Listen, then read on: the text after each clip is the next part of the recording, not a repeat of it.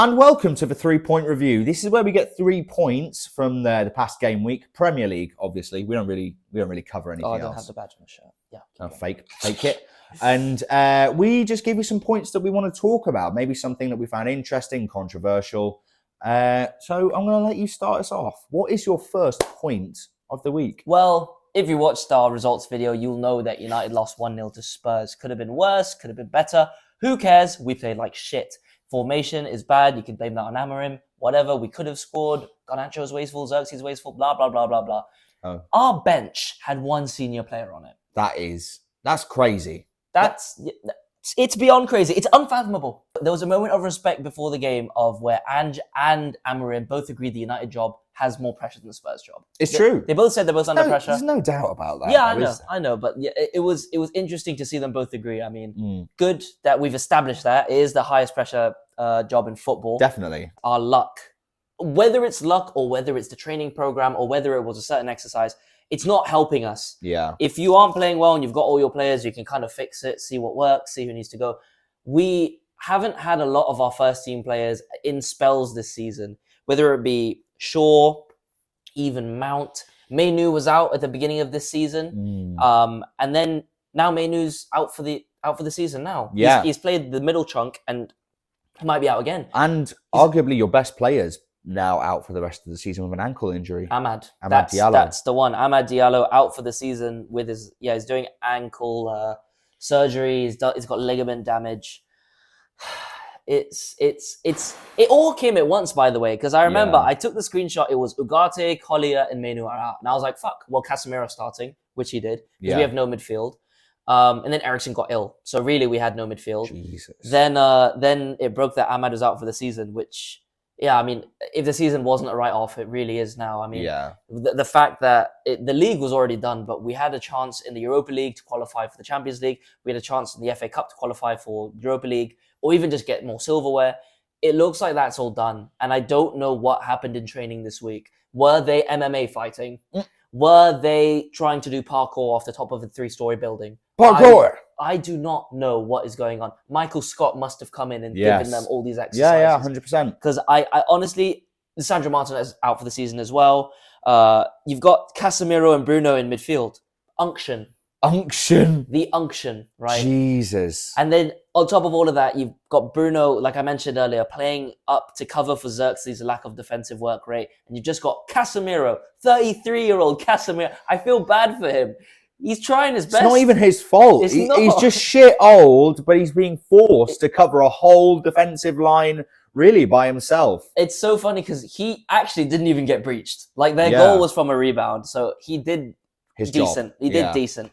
But the fact that that's our structure is a bit worrying. And we didn't bring on any of the teenagers off the bench. We had the likes of Sekou Kone, Chido Obi, who's been really good since we signed him from Arsenal for the youth academy. Why didn't you bring him on? Why didn't you bring any of them on?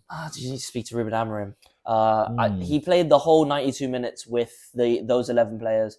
Not the smartest thing, but I guess we haven't got a midweek game, so it's okay.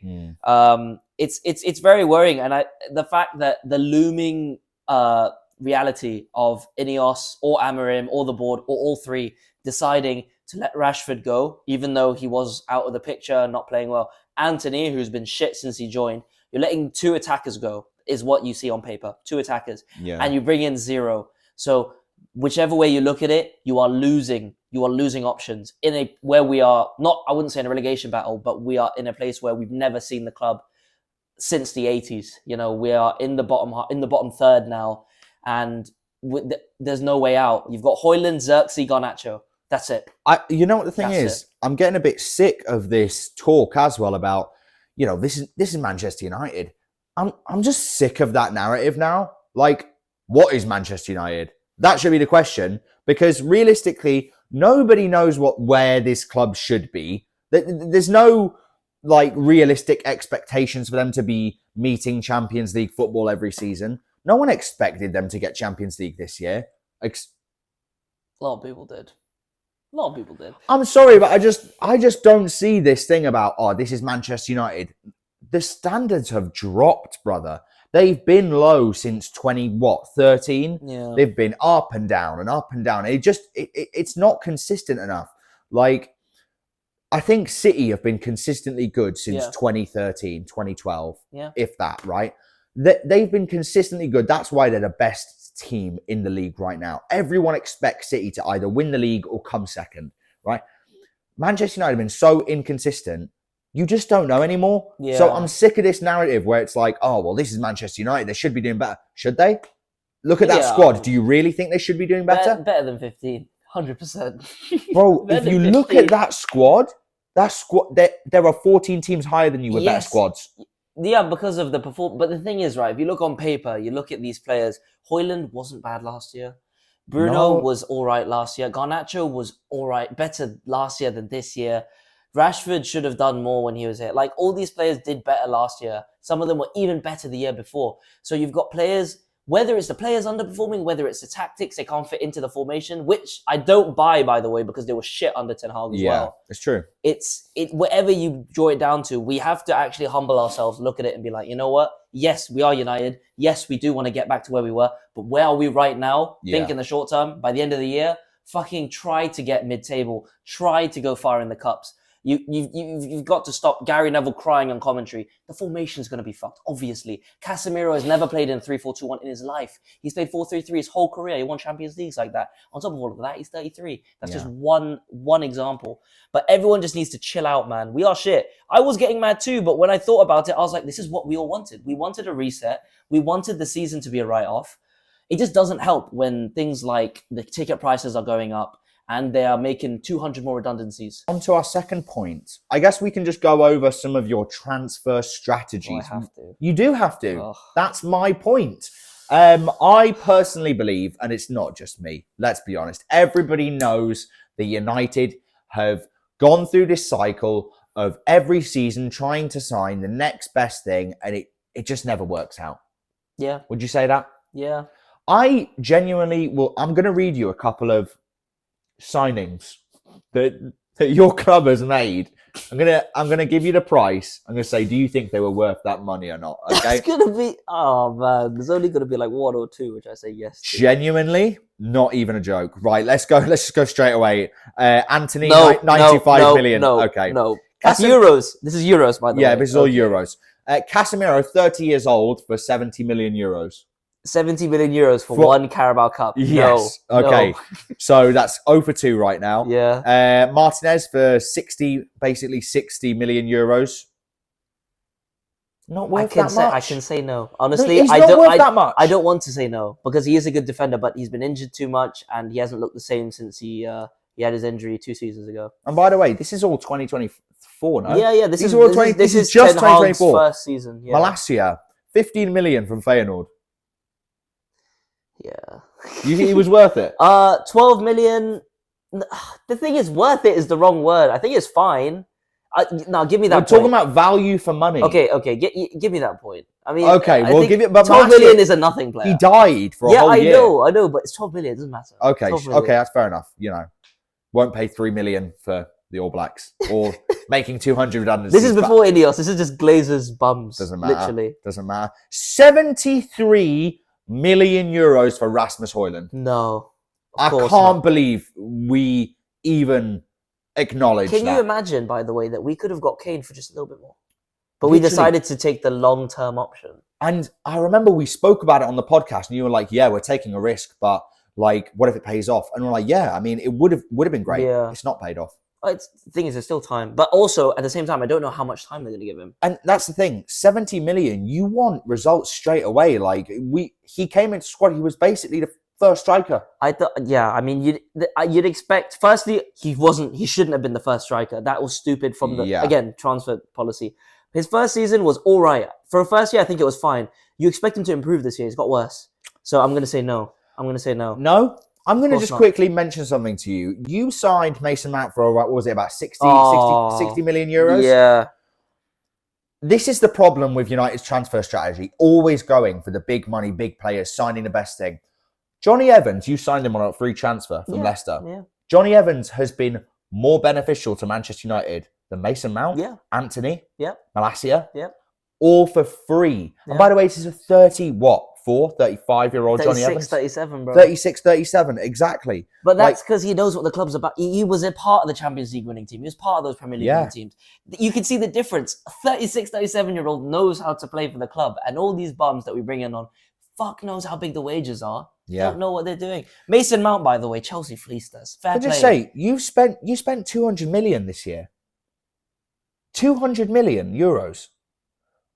60 on Xerxes, 50 on Ugarte, 45 on Delict, and then 45 on 60 on Yo, and then 40 on Xerxes. You said 60 on Xerxes. Yeah, I know. That's what I meant. Swap those two. Yeah. The thing is, firstly, Ugarte is a loan with an obligation to buy. Secondly, well, there's not going to be any obligation to buy because you're going to get relegated. So no, we're going you won't have to pay that money. I don't think there's a qualification that Chelsea have. These players, none of them are worth it. Jadon Sancho for 85 million. Do we need to go for more? I will. I'll give you one more. Donny van de Beek, 40 million. Donny van de Beek. Oh, we sold him. We sold him for 6 figures. We didn't even sell him for 1 million. By the way, sold him 900,000. Diallo for 20 million. He's only coming good this season. Yeah. This was like 2-3 seasons ago when he signed him. That's okay. I mean, that's fine. He's young. The only signing from the last 12 years that I think is worth their money, like worth their weight in gold, which I can say with chest. I'm happy we spent every penny, is Bruno Fernandes. Oh, that 100%, is it. 100%. And that's it. Like, Ahmad has been good for half a year, but I need to see more. Also, again, all those players that I listed before about that you spent money on, that Johnny Evans was better than. Yeah. Got another free transfer who was better than all of those players. Edison Cavani. Oh, I loved Cavani. Bro, free transfer. He gave you like 17 goals in 39 games? Yeah. Something ridiculous in all comps. Mate, and he was in his mid-30s. He used to fucking, like, if the ball was here, he would dive into it. I loved him. Bro, like, this is the thing. Players like Jonathan David, right? You got Angel Gomez. You could get on a free right now. From your academy. Yeah. And yet we're still looking like at signing these players. You're going to go into this summer, you're going to sign a player for 50 million euros. I know you will. Yeah, we will. I don't even need to see it. I'm telling you, 3-4 months in advance, that's going to happen. Kenda will be 50 million. But that's the thing. If we're talking about Ineos and how they've strategized their going forward, how they're cutting all this money out of the club, they're trying to save as much as they can. Bro, you're not them anymore. You are not the class of 92, okay? You're not treble winning team anymore, okay? You're a bunch of bums, right? Act like bums, okay? You are bummy owners. You're managing a bummy club. You have to manage the finances like you're bummy. Sign free transfers. Sign players who are getting relegated. This is what Newcastle had to do. And look at Newcastle now. Yeah. To transform the club. I think we signed Harvey Barnes when he was getting relegated. We signed Chris Wood to relegate the other team. Mm-hmm. We signed so many players from shit teams. Livramento from Southampton. Yeah. Like, look at what he's turned into now. We should. This is the thing. We've had options. I mean, Sander Berg, when he got relegated with Burnley, we didn't go for him. There have been opportunities for us to do that. Branthwaite. We signed, could have signed Branthwaite. I mean, they wanted 70 million. Thank you saved yourself on that one. Actually, that was can't good. lie. But there was people forget we signed Roy Keane when he got relegated. Yeah, we signed him. It was a bit hefty, but we signed him. So now, even got Paul Scholes on a free. I mean, into our academy, but yeah, it was a free transfer. Yeah. This is what United used to do, right? And Ineos, you still got time. Okay, you've only been in charge for 2 transfer windows. The point is, United are shit. Please stay up and make the right signings in the summer, even if we don't get Europe. Final point. Yes, sir. Is the Premier League coming to an end as we know it? Now, we all are aware of the 115 charges that City, or 16. I know, we don't even know anymore. Many? Yeah. We all know that's going on in the background. If you didn't know, obviously you probably do by now, City just won a ruling that essentially means that the APT rules, which is essentially the Premier League put up to stop clubs from benefiting from state-owned sponsorships and the sponsorships the owners can get very easily through means that may not be fair. Yeah. Now, City have just proved that those rules are not correct. What's your opinion on that? It's unprecedented. Unprecedented. The club has overpowered the league, and it's been proved by a third party that the rules that the Premier League have put in place have been unlawful and false. So now this opens the doors to clubs to be able to get more money in, more importantly. Yeah. And with these strict PSR rules, how feasible are these PSR rules? You know, you start questioning things. You know, is that lawful? Yeah. Is this okay? Are City going to get away with 115 charges? This is the thing, right? Now you've opened that door. What I think a lot of people are worried about as well is that now that City have proved the rules to be unlawful, one, it's going to be great for their case against the Premier League because their goal will be to show how the Premier League are putting up rules that aren't accurate in the first place. Yeah. It's going to strengthen their case anyways. But what it also means is that, you know, clubs like Newcastle, obviously I'm personally invested as Newcastle. I'm from Newcastle, born and bred, right? Might not sound it. I am, okay? Right. Promise, right? Why I promise. It means that these clubs now can profit from state-owned sponsorships. And what they actually can do now is, if they wanted to, they can go to Premier League and file for loss of funds and damage to the club, essentially, that they have lost money because of these incorrect rules that were put in place. Yeah. If that happens, we could genuinely see a turnover, a shift in the dynamic of how this league is run. Yes. We could get to a point now where the Premier League is demolished, as we know, and the Super League that we all dreaded and didn't want to happen is inevitably going to come anyways. Yeah.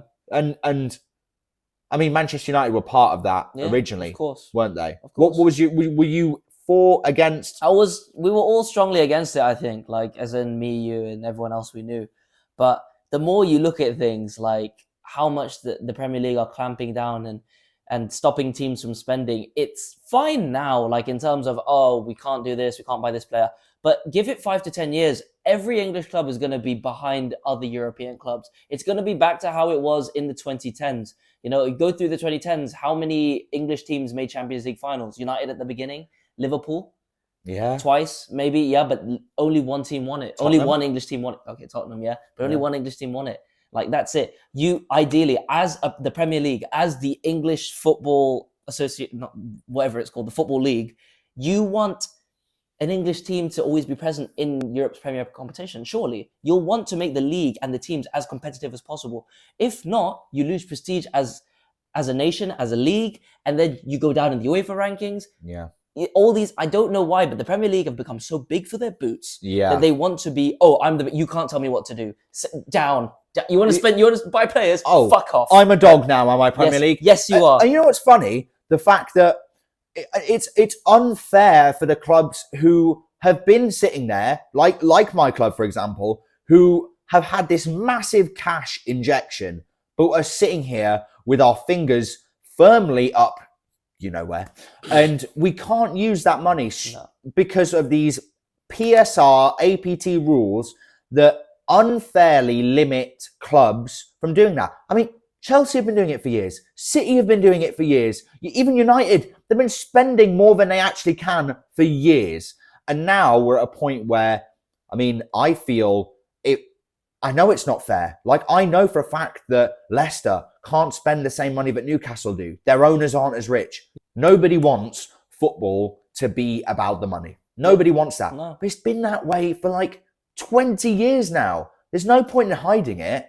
Okay, you either sit in completely in or completely out. How can they control it? You've just openly lost in court. Not lost, but you've openly been proven that your rules aren't sustainable for the clubs. If you're not putting the correct rules forward, how can you manage or be this managing power over everybody? It's not fair. It's not fair for the Premier League clubs. Yeah, it's true. Forest are not going to be able to compete consistently. Of course not. Leicester, we saw it with them. They had one good year, won the Premier League, went into the Champions League, I think the year after. That was it. You never saw them again. Yeah. Do you know what I mean? That's the problem. It's not sustainable. The rules are not sustainable as they stand. Yeah. So where do we go from here? What do we do? Honestly, it's really hard to say. And this is, like I said, is unprecedented. Anything can happen. And I think that this could be the catalyst. Oh. But what we need is to hear the outcome of the 115 charges case. Because right now, I guarantee all 20 lawyers or teams of lawyers for every team in the Premier League is going through the rule book, looking for anything that they could zero in on and bring up. Because City might have just, I know we've been shitting on it and joking, oh, we hope it's all right. But City might have just started a revolution here. And we don't know what's going to happen next. And the thing is, if my club say, oh, well, we're going to go claim losses back from the Premier League because of their incorrect rules. Listen, I don't want it to be about that. But I'm going to back my club all the way. Of course. Happily. Yeah. Give me the 60 to fucking 100 million that we're owed from losses, if that's the case. Yeah. You know, every club's going to do that. And then what's going to happen? Thank you very much for watching. Like, comment, subscribe on all the socials. Please share it. And thank you for watching the 3-point review on the Touchliner. In a bit. Peace.